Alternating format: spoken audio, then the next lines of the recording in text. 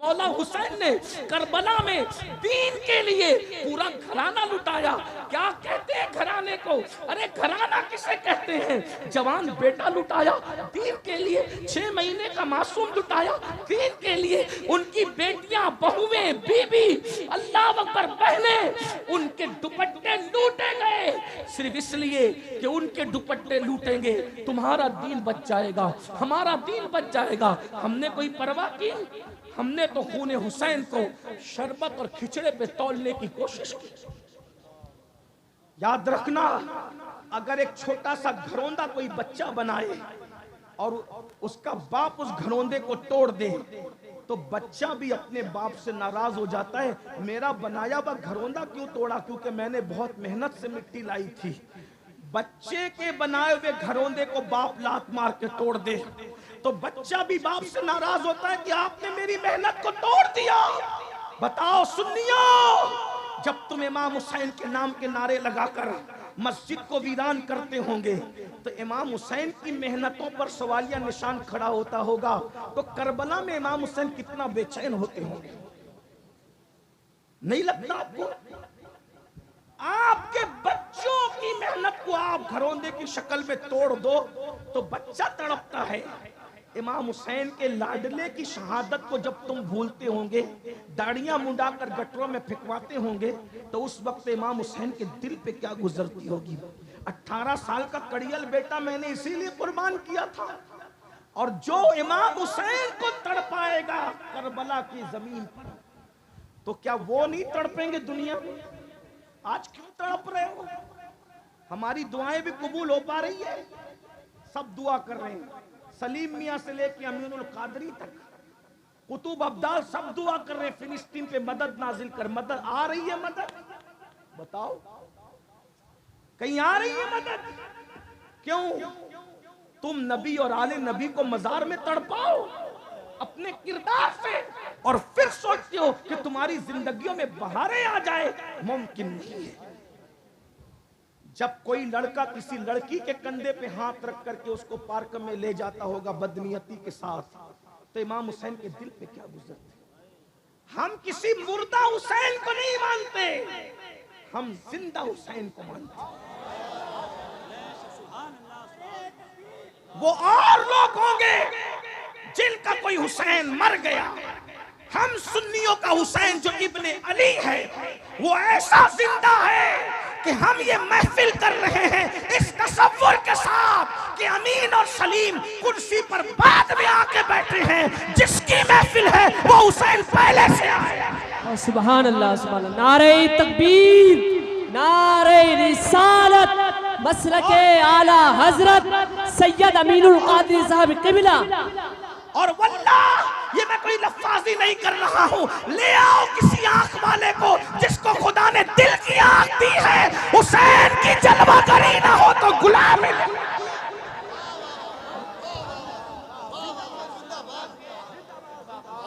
अरे जब उनके बेटों के बेटों के बेटों का बेटा एक वक्त में 70 मुरीदों के घर जा सकता है, तो फिर इमाम हुसैन इस जैसी कितनी महफिलों में। अरे तुमने इमाम हुसैन को समझा क्या है? हुसैन उस हस्ती का नाम है जो जब चाहे जहां चाहे अल्लाह के इज़्न से रूहानी तौर पर तशरीफ ले जा सकते हैं। आप इमाम हुसैन की ताकत को समझते क्या हो? फिर कोई कहेगा कि अमीनुल कादरी अगर इतने ताकतवर थे फिर शहीद क्यों हुए? मैंने कहा यही तो बात है, ताकत दिखाने नहीं गए थे बल्कि कुर्बानी देने गए थे। जब कुर्बानी देने जाना होता है ताकत नहीं दिखाई जाती, फिर सर रख दिया जाता है, फिर सर रख दिया जाता है। इसलिए कि अगर ताकत दिखाएंगे तो शहादत का मर्तबा कैसे मिलेगा? और वो तो पाले ही गए थे शहादत के लिए। अब फर्क क्या है सुन ले, एक सैयद वो है जिसे इमाम हुसैन कहते हैं, वो कुर्बानी देने गए थे, और एक सैयद वो है जो ताकत दिखाने आया था। दोनों में फर्क देखो। ताकत दिखाने वाला सैयद पूरे अना सागर को कटोरे में समेट कर बताता है देख मेरी ताकत कितनी है, और इस्तिकामत दिखाने वाला आला सैयद पूरा घर लुटा करके कहता है कि देख मेरी कुर्बानियों के जज्बात।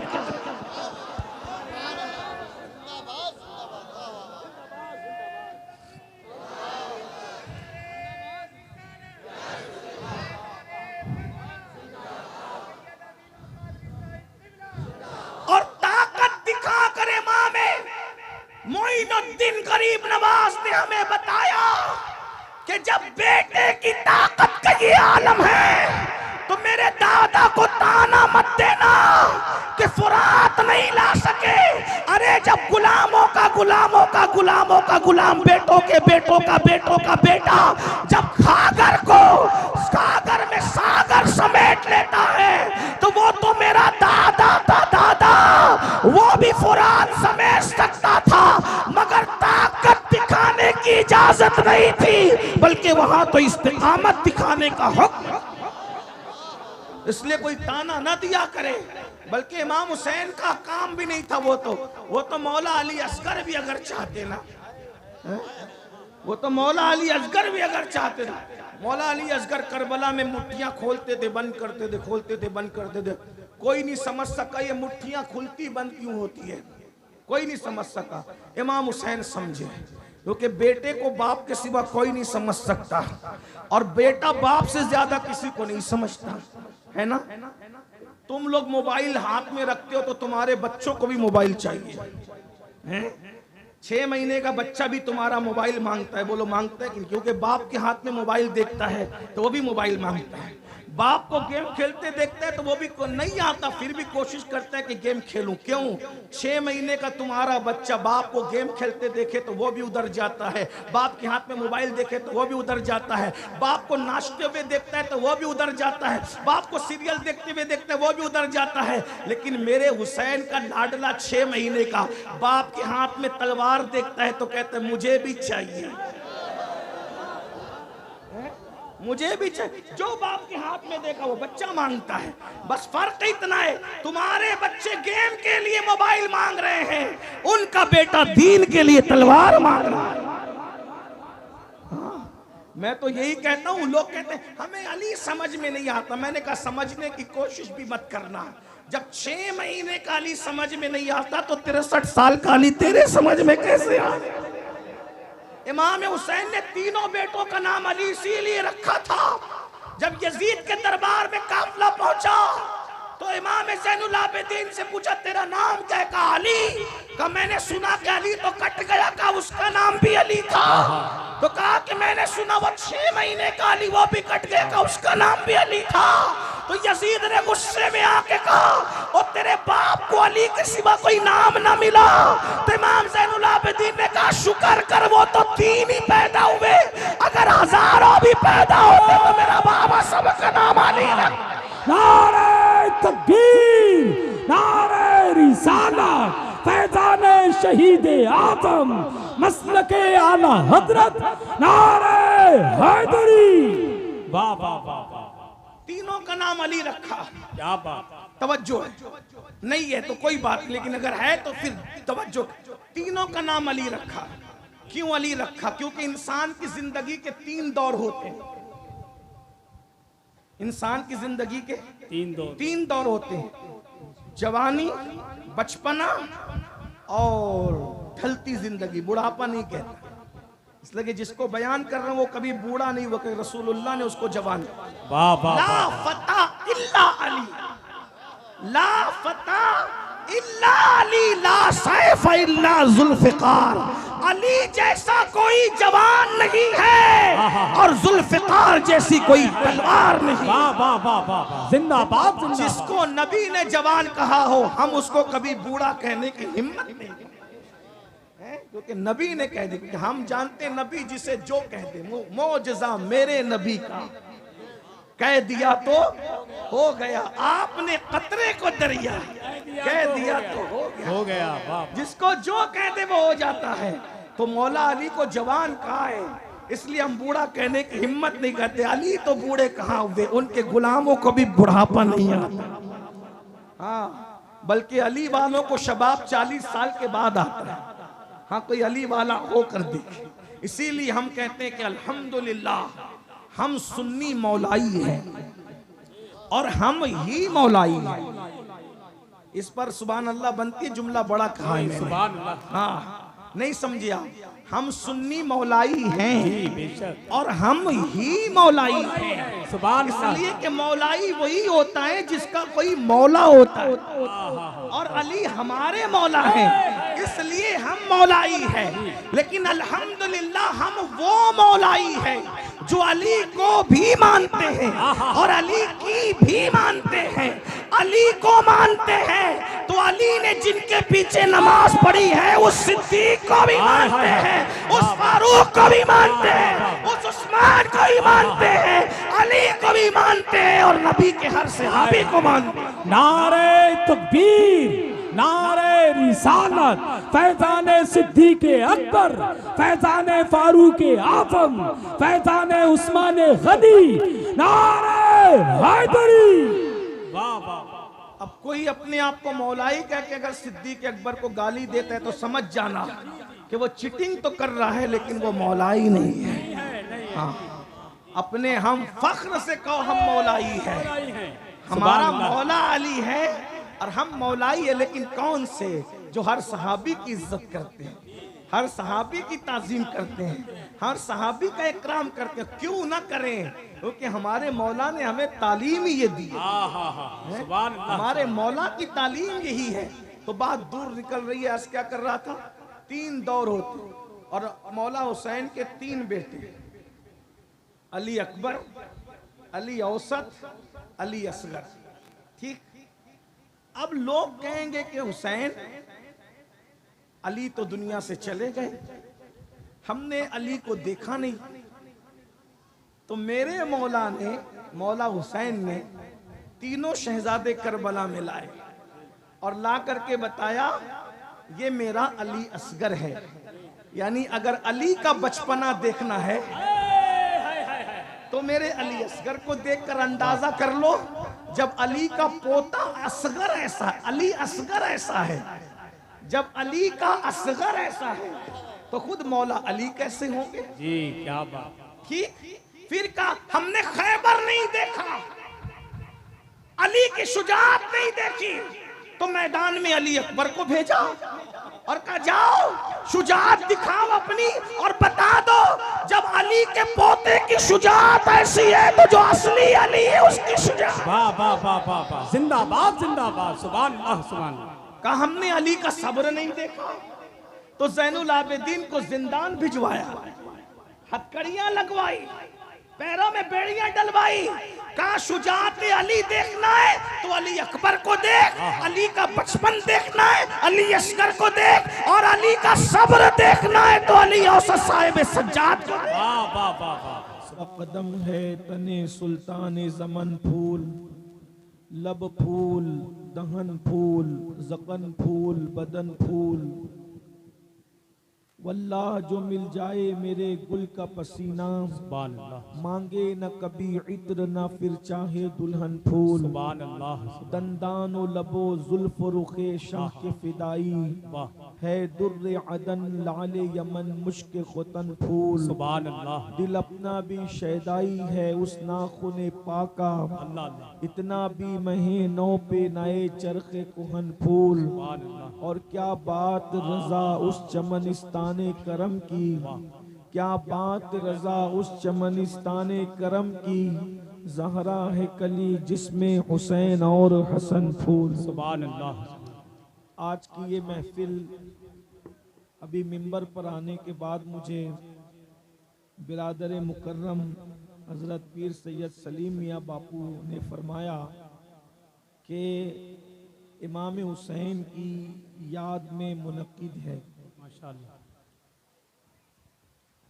उसी मुनासिबत से मैंने कुरान मुकद्दस की एक आया करीमा की तिलावत करने का शरफ हासिल किया है। अल्लाह तबारक व ताला उसके मुतालिक मुझे हक कहने और आप सबको हक सुनकर उस पर अमल करने और उसे आम करने की तौफीक अता फरमाए। आमीन। आम तौर पर धूप में और दिन के मौके पर इतनी तादाद में लोग जमा नहीं होते, लेकिन ये मिलक वाले और गिरद नवा से आने वालों की मोहब्बतें इमाम हुसैन हैं और हुसैनी कमेटी के नौजवानों की काविशें हैं कि आप इतनी बड़ी तादाद में जमा हैं। जब जमा ही हुए हैं तो कुछ देर के लिए इमाम हुसैन क्या है वो जरा सुनिए। अब तक हमने फजाइल इमाम हुसैन सुना है, मैंने अक्सर फजाइल पढ़े हैं, लेकिन आज किरदार इमाम हुसैन पेश करना चाहता हूँ। आया करीमा जो पढ़ी है उसके तनाजुर में इमाम हुसैन की जिंदगी पेश करना चाहता हूँ, इसलिए कि आज पूरी दुनिया तबाही के दहाने पर है। घरों से आग के धुएं उठ रहे हैं, बस्तियां जल रही हैं, कहीं पर दिखने वाला धुआं है, कहीं पर न दिखने वाला धुआं है। जुल्म का दौर दौरा है, जमीर फरोशों की मंडी लगी हुई है। इंसान जुल्म और जबर का शिकार है। इंसान एक दूसरे पे जुल्म कर रहा है, उसको एहसास ही नहीं है कि मेरा क्या होगा। वो सोचता है कि कौन है और मेरा कौन क्या कर सकता है। मासूम बच्चों का कत्ल हो रहा है, कातिल सोचता है मेरा कौन क्या बिगाड़ेगा। मेरे पास दौलत है, मेरे पास ताकत है, मेरे पास कुव्वत है, मेरे पास हुकूमत है, मेरे पास इख्तिदार है। मैं चाहूं घरों को जला दूं, मैं चाहूं बच्चों को कत्ल कर दूं, मैं चाहूं लोगों के साथ बुरा सलूक करूं। इस तनाजुर के अंदर जब आप इमाम हुसैन की जिंदगी को देखेंगे तो इमाम हुसैन वो हस्ती है जिसने दुनिया को ये तसव्वुर दिया है कि जुल्म करना भी नहीं चाहिए और जुल्म सहना भी नहीं चाहिए। इमाम हुसैन ने वो बेदारी पैदा की है, जुल्म मत करो, बल्कि उनके वालिद बुजुर्गवार सैयदुस सादात मौलाए कायनात सैयदना अली करमल्लाहु ताला वजहुल करीम फरमाते हैं, अल्लाह काफिरों को तो मोहलत देता है मगर अल्लाह जालिमों को मोहलत नहीं देता। जुल्म की उम्र बहुत ज्यादा नहीं होती और जालिम की उम्र भी बहुत ज्यादा नहीं होती। जब किसी को देखो कि वो जुल्म कर रहा है तो समझ जाना बहुत जल्द ये तबाही के दहाने पर पहुंचेगा, बहुत जल्द ये बर्बाद होगा, बहुत जल्द ये सफ़े हस्ती से मिटाया जाएगा। अल्लाह अकबर।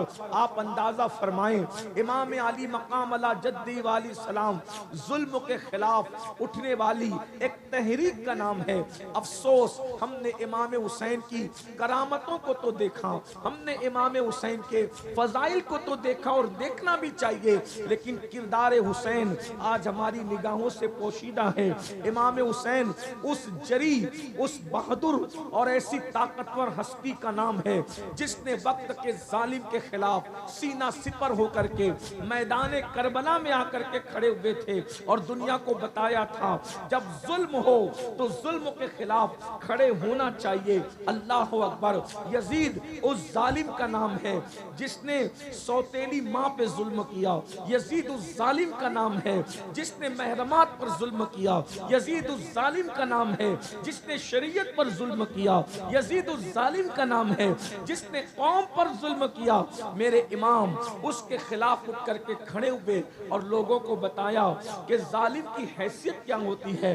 याद रखना, जालिम ताकतवर नहीं होता बल्कि हमेशा जालिम बुज़दिल होता है। अल्लाह अकबर। मुझे जुल्म पर बात आई तो बात अर्ज करूं बड़ी माजरत के साथ, हम भी जुल्म करने जालिम हैं हम लोग। हुसैनी कभी जालिम नहीं होता। हुसैनी मजलूम तो हो सकता है, जालिम नहीं होता।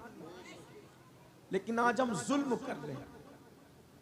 बेटियों पर बाप जुल्म कर रहा है, बीवी पर शौहर जुल्म कर रहा है, मुक्तदी इमाम पर जुल्म कर रहे हैं,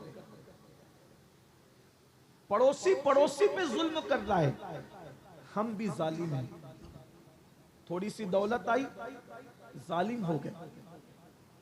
बीवी पे जुल्म क्या है? एक बीवी के होते हुए किसी दूसरी औरत के साथ नाजायज ताल्लुकात कायम करना, यह बीवी पे जुल्म है। और याद रखना, जालिम जुल्म करके सो जाता है मगर मजलूम को नींद नहीं आती। मजलूम भी जागता है और मजलूम का खुदा भी जागता है। और ये बात याद रखना, वो बद्दुआएं जो जबान से निकलती है वो उतना इंसान को तबाह नहीं करती जो खामोश बद्दुआएं इंसान को तबाह। सही बात, खामोश बद्दुआओं से डरो। ये खामोश बद्दुआएं बड़ी खतरनाक है। लंका में लगने वाली आग उतनी तबाही नहीं मचाती जितना खामोश बद्दुआएं इंसान की जिंदगी में तबाही मचाया करती है। ये खामोश बद्दुआ क्या है? खामोश बद्दुआ के कोई अल्फाज नहीं होते, खामोश बद्दुआ की कोई आवाज नहीं होती। खामोश बद्दुआ सिर्फ निगाहें उठा करके किसी की तरफ देखती है और जिसकी तरफ देखती है फिर उसका हाल ये है कि अल्लाह अकबर, मेरे आका फरमाते हैं मजलूम की आह से बचो, मजलूम की बद्दुआ से बचो। अल्लाह के और मजलूम की बद्दुआ के दरमियान कोई पर्दा नहीं है। इधर निगाह उठती है और उधर मजलूम की बद्दुआ बाबे जाबत इलाही से टकराती है। मेरी बात तवज्जो से सुनना। आज मैं किरदार इमाम हुसैन पेश करने जा रहा हूं, लेकिन बात मजलूम और जालिम की आई है तो एक बात आपके सामने पेश करूं। आज दौलत है, फैक्ट्री है, माल है, कितने जवान है जो बीवी के होते हुए किसी न किसी के चक्कर में फंसे हुए, वो जालिम है। ये हंसने की बात नहीं, ये हंसने की बात नहीं, बल्कि पलट कर एक बात और कह दूं, कुछ ऐसी जालिम औरतें भी हैं जो शौहर के होते हुए किसी और तरफ अपने दिल को लगाए हुए, वो भी बदतरीन औरतें। ये जुल्म है। और एक बात आपको बताऊं, कत्ल करना जितना बड़ा जुर्म है उससे बड़ा जुर्म बेवफाई करना है। शौहर का बीवी के साथ, आज हमारे घर जल रहे हैं, छोटे छोटे नन्हे नन्हे बच्चे कभी माँ का मुंह तकते हैं, कभी बाप का मुंह तकते हैं, क्योंकि जब किसी शौहर का दिल किसी और औरत से नाजायज तौर पे लग जाता है तो उसको अपनी बीवी अच्छी नहीं लगती, वो बीवी से लड़ता झगड़ता रहता है। और जब किसी औरत का दिल किसी गैर मर्द से लग जाता है तो उसको अपना शौहर अच्छा नहीं लगता, वो भी हमेशा उससे लड़ती झगड़ती रहती है। लेकिन आइए, ये जुल्म है। और मैं आपसे कह दूं कि अल्लाह रब्बुल इज्जत जालिम को बहुत बदतरीन मौत अता करता है। जालिम और मजलूम की बात आइए तो एक बात मुझे याद आई, हलाकू कैसे मरा? खामोश बद्दुआ से मरा। मैं पहले कह रहा हूं, खामोश बद्दुआ बड़ी खतरनाक होती है। अल्फाज वाली बोलने वाली बद्दुआ भी खतरनाक होती है, लेकिन खामोश बद्दुआ ज्यादा खतरनाक। आज मैं आपको यह कहना चाहता हूं, खामोश बद्दुआओं से बचो, खामोश बद्दुआओं से डरो। ये खामोश बद्दुआ क्या है? आप जिस पे जुल्म कर रहे हैं वो आपको कुछ कह ही नहीं रहा है, और उसका न कहना ये खामोश बद्दुआ।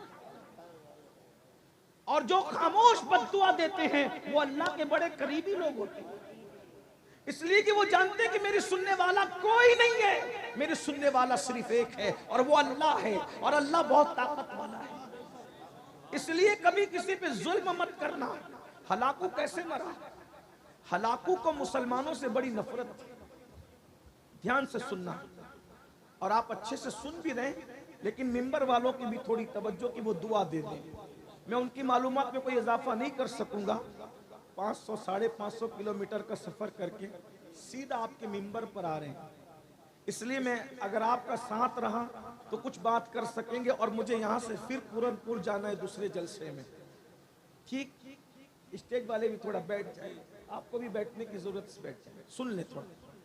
हलाकू को मुसलमानों से बड़ी नफरत थी, इसलिए कि उसके ऊपर की नस्लों ने, चंगेज खान वगैरह ने बहुत जुल्म किया। इतने मुसलमान काटे उन लोगों ने कि मुसलमानों के कटे हुए सरों से उन्होंने मीनार तामीर की।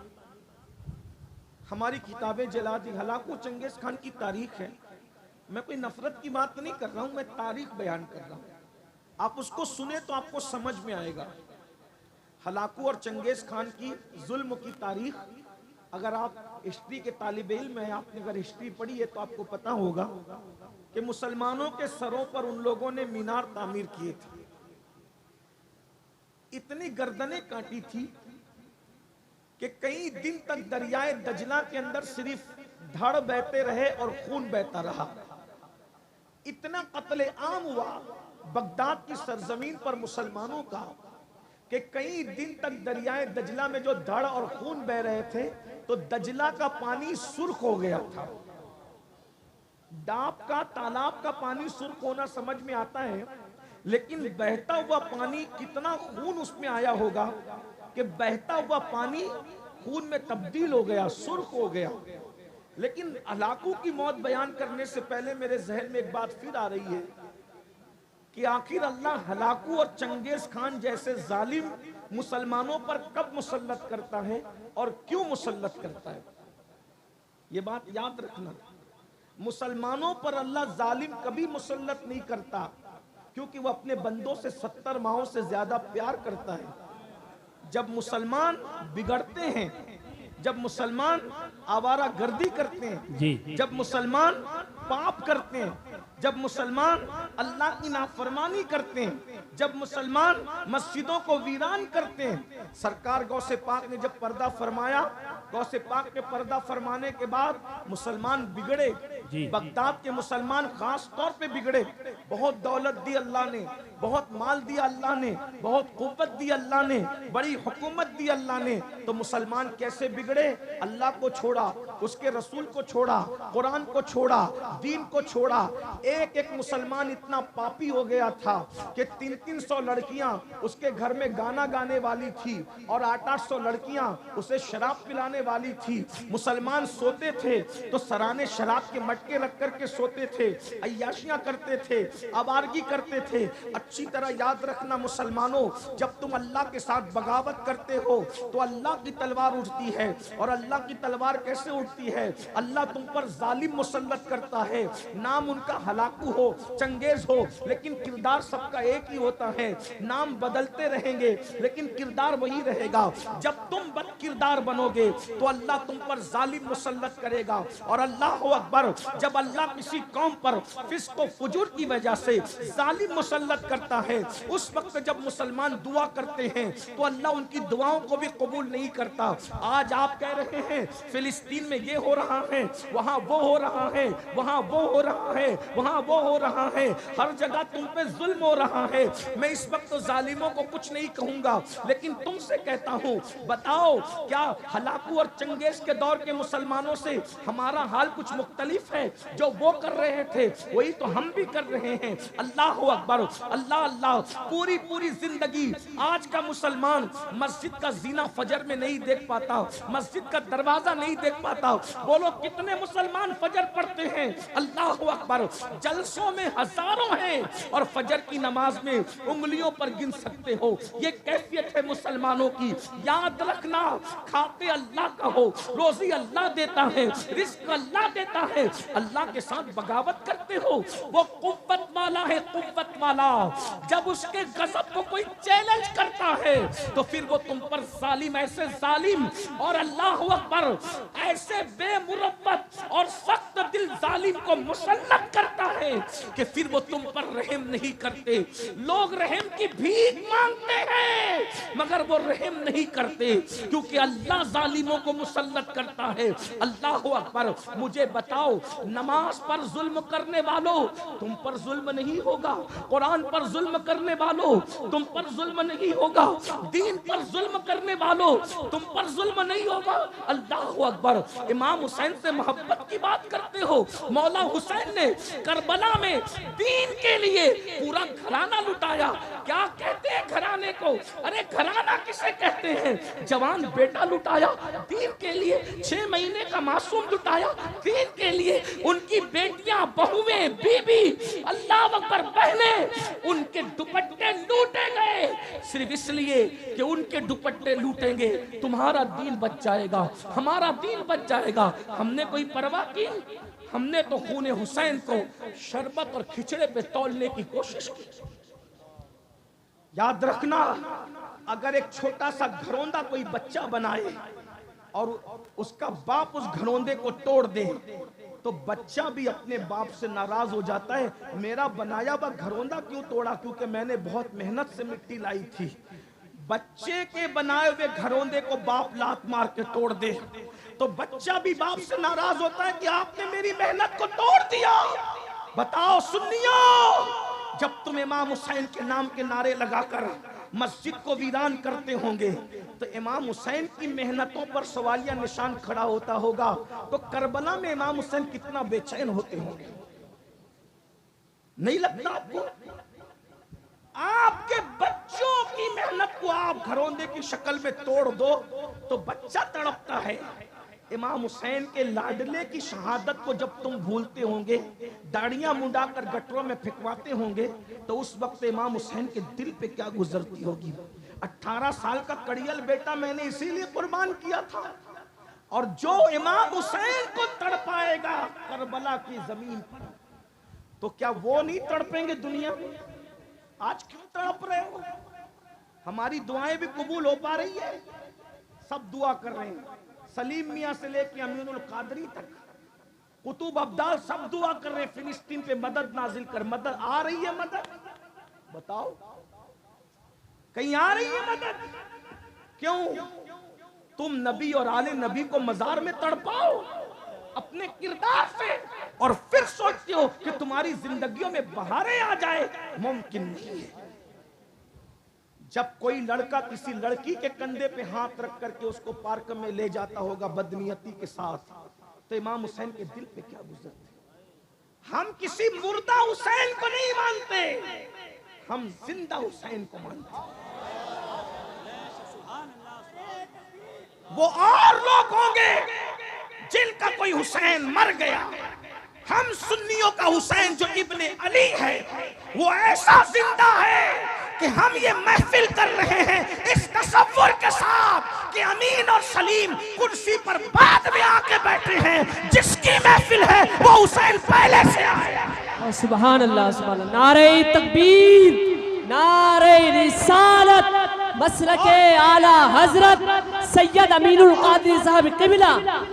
और वल्लाह ये मैं कोई लफ्ज़ी नहीं कर रहा हूँ, ले आओ किसी आंख वाले को जिसको खुदा ने दिल की आंख दी है। हुसैन की जलवागरी ना हो तो गुलामी।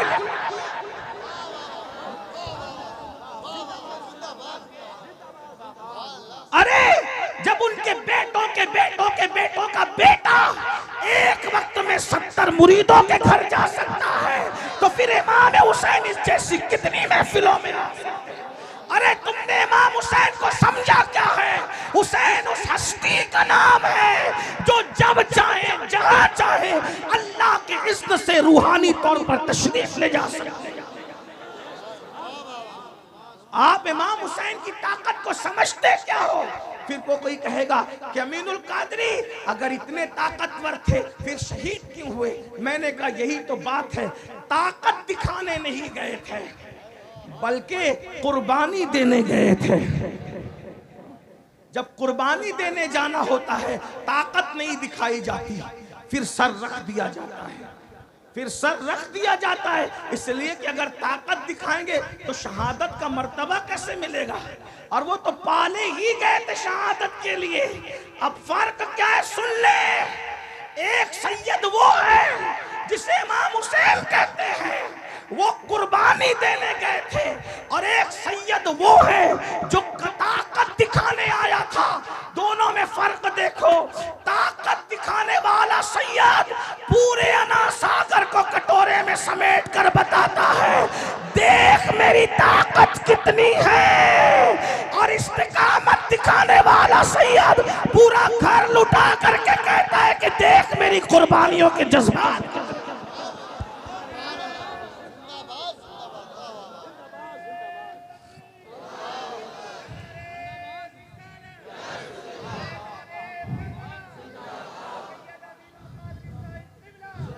और ताकत दिखा कर इमाम मोइनुद्दीन गरीब नवाज ने हमें बताया कि जब बेटे की ताकत का ये आलम है तो मेरे दादा को ताना मत देना कि फुरात नहीं ला सके।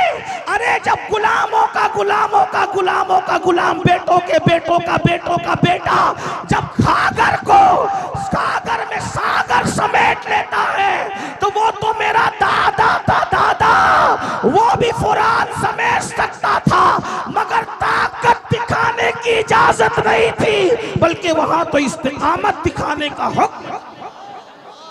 इसलिए कोई ताना न दिया करे, बल्कि इमाम हुसैन का काम भी नहीं था। वो तो मौला अली असगर भी अगर चाहते ना, वो तो मौला अली असगर भी अगर चाहते ना, मौला अली असगर करबला में मुट्ठियां खोलते थे, बंद करते थे, खोलते थे, बंद करते थे। कोई नहीं समझ सका ये मुट्ठियां खुलती बंद क्यों होती है, कोई नहीं समझ सका। इमाम हुसैन समझे, क्योंकि बेटे को बाप के सिवा कोई नहीं समझ सकता, और बेटा बाप से ज्यादा किसी को नहीं समझता, है ना।